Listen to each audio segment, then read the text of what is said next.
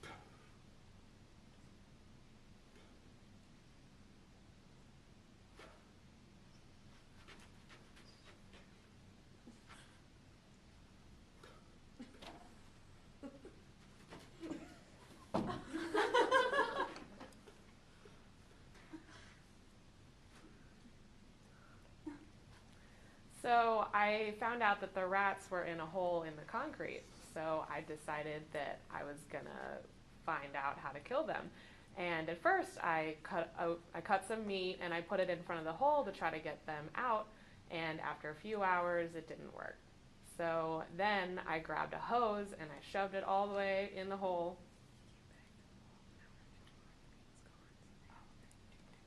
So instead the meat was gone. The rats ate it. So I so that didn't work. So I decided to grab a hose and I shoved it in the hole all the way, and then I turned on the water and the water started to go through the hole, and the rats started shooting out of the hole one by one. And so I called my dad over and said, "Look," and I started smashing the rats as they were shooting out of the hole.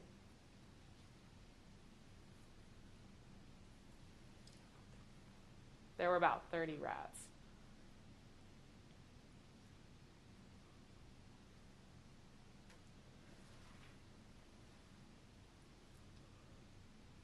I'll never forget that.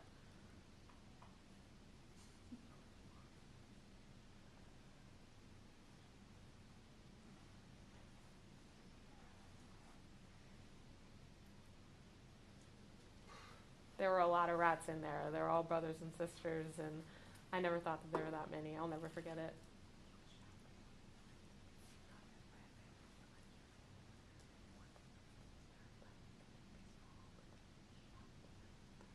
I didn't know that rat families were so big. I thought that they were like my family, like one or two, but there ended up being 30. That really surprised me.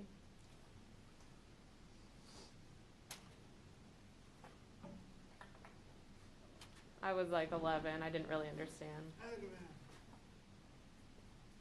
Another man.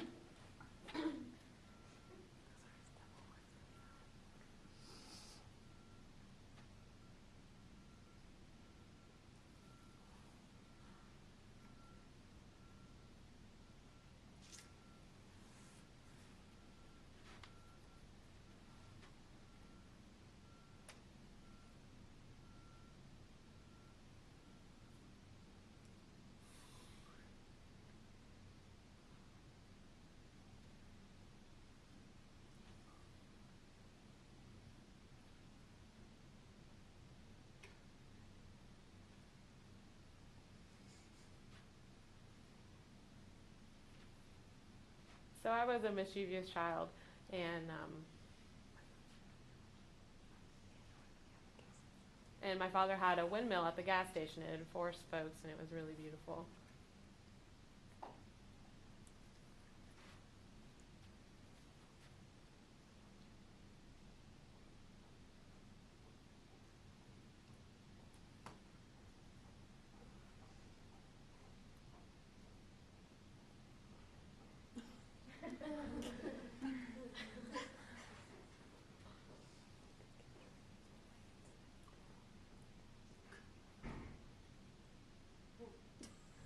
I, I,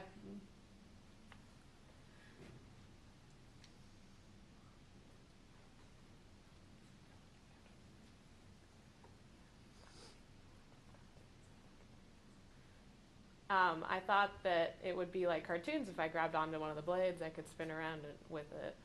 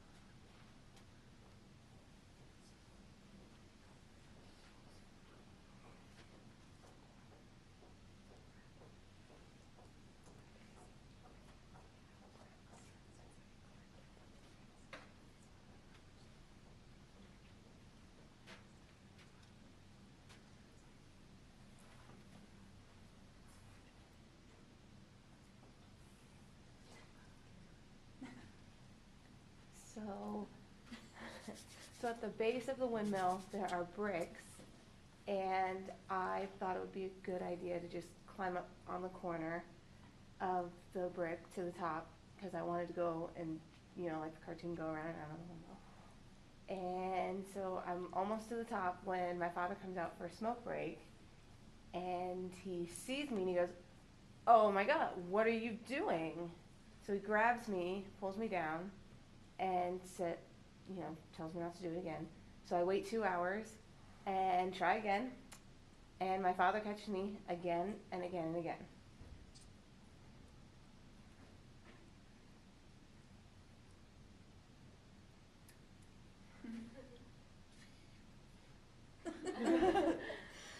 So I never got to spin around on the windmill. My dream failed.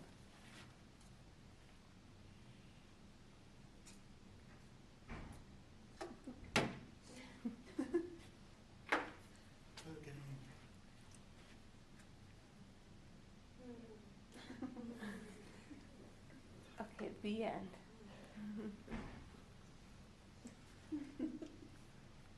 Okay, another story, another film. Let me load up the film for you. Whatever.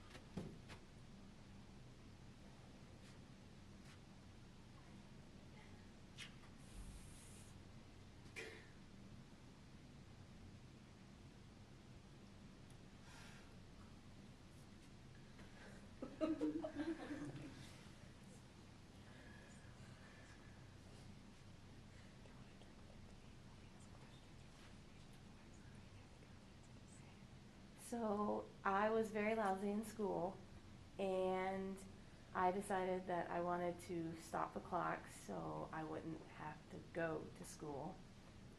So I got my knife, and I put it in my back pocket, pulled on my pants, got all ready, was excited for this, and I climbed all the way up to the top, and it was shaky, but I managed to make it. So I got to the top, and I pulled out my knife, and I just started cutting the electrical wires. And then I was like, ooh, because it scared me a little. And when I had finished cutting the wires, I climbed all the way up down, and I was excited that I was able to do that.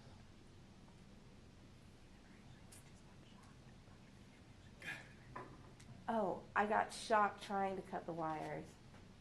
Good. I got shocked trying to cut the wires, and it scared me because I thought I was going to die, so I climbed back down, and it didn't work out, it failed. Before I come down, I got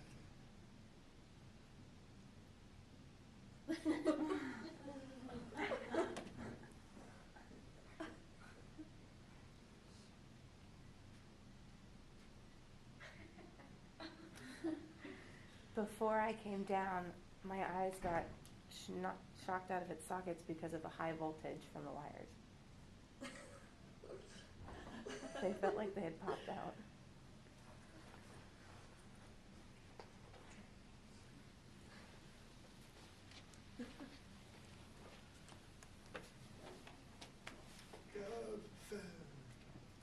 Get Off your phone. I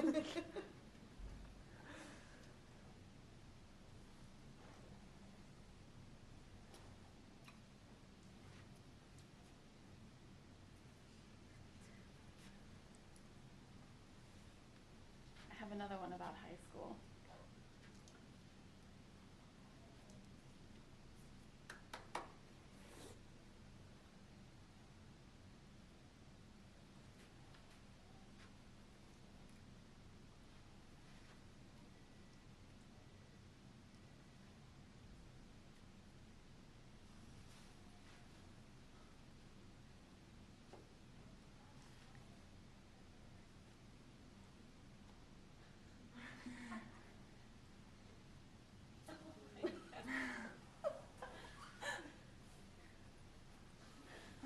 So when I was in high school, I asked my mom if I could go visit my girlfriend in Lima, Ohio. And she said no because it was too far away. I loved that girl as much as I love my Playboy magazines.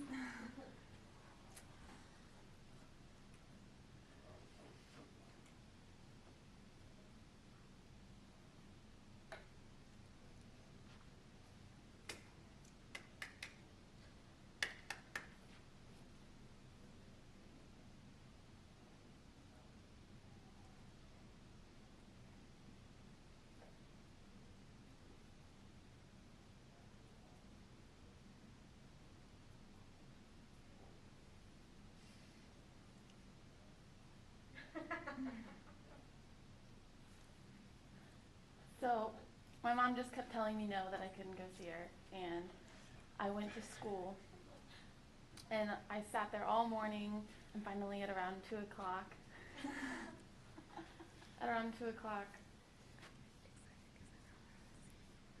I was really excited because I knew I was going to see my girlfriend.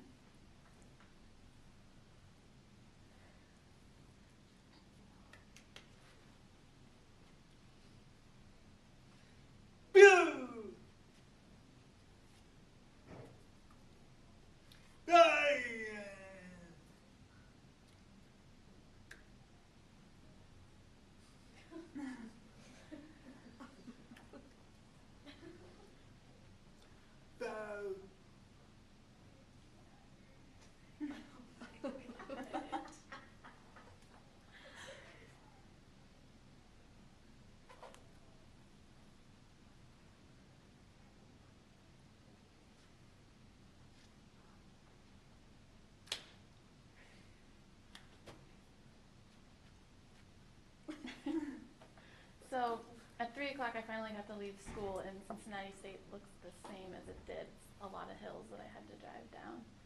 And so I'm driving to Lima. It takes about 2 hours. And finally, I arrived at my girlfriend's house, and I hugged her, and I was really happy. And we made out.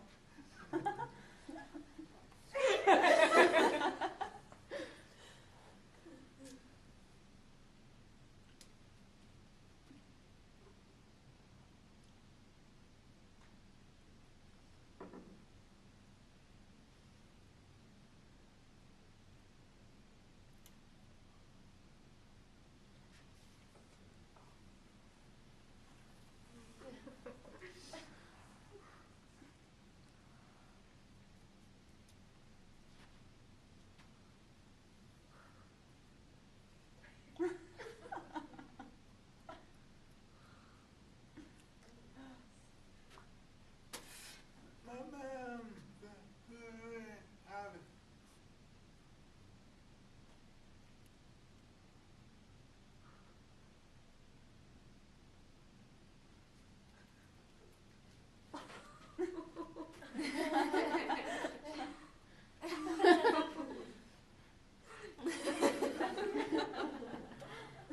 So my girlfriend, when I got there, she really wanted to go out to eat. So we went out to eat, and we just kind of hung out there for a while, and then we finally went back to her house, and we were making out. And I kept checking the time because I knew that I would have to leave soon, but I didn't care, so I just kept making out with her.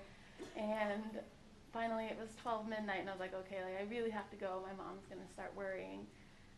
I just tell her that I was at a party. I'll tell her that I was at a party in Cincinnati, so I like stayed there for a little longer, and I was like, all right, like I finally have to go. So I tried to leave, but I kept running back for more kissing, and finally I left.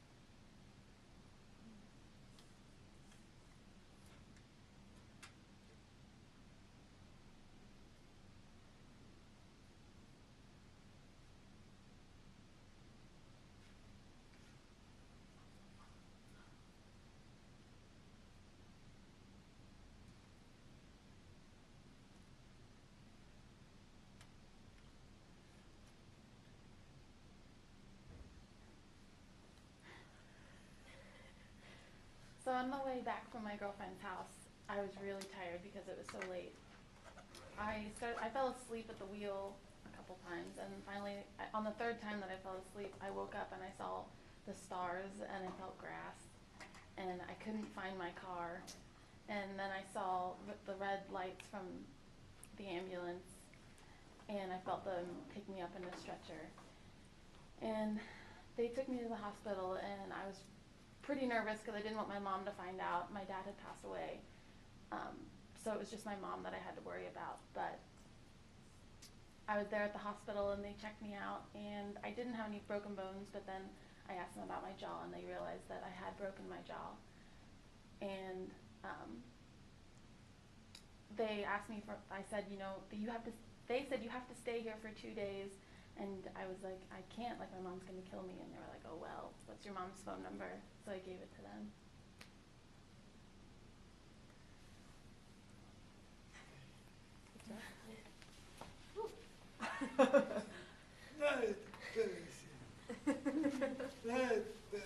Last person, yes.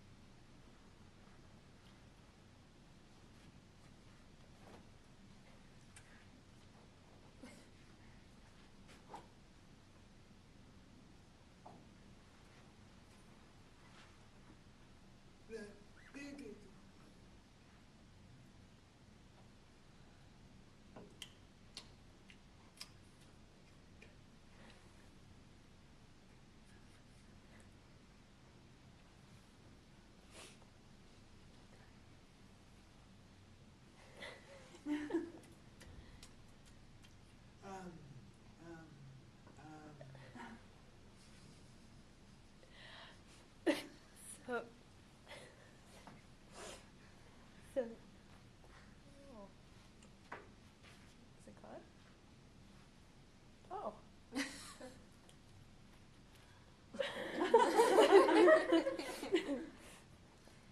so I was stuck at a hospital. Oh. This is when you just say, I can't do this job. I can't speak. Yeah.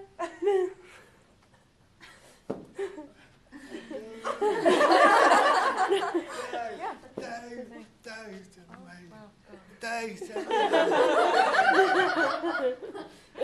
How much time do we have left? 2 minutes. We got 2 minutes. Yeah, they want to hear the end of this. But you don't have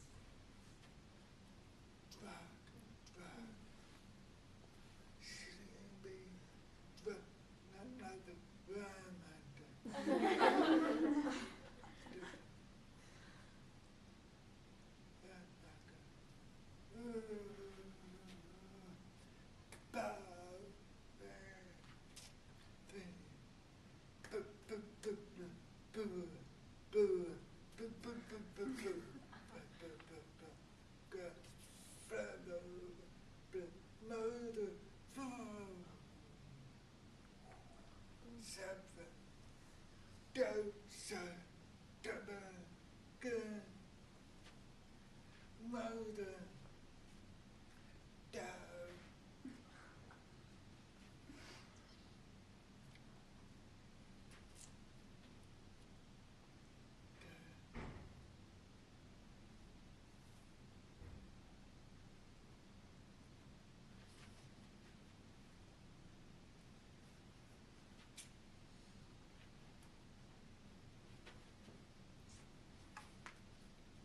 Get back the fuck of my gun. That's my gun. I'm gonna play the idol. Big wrong. I got died again. No.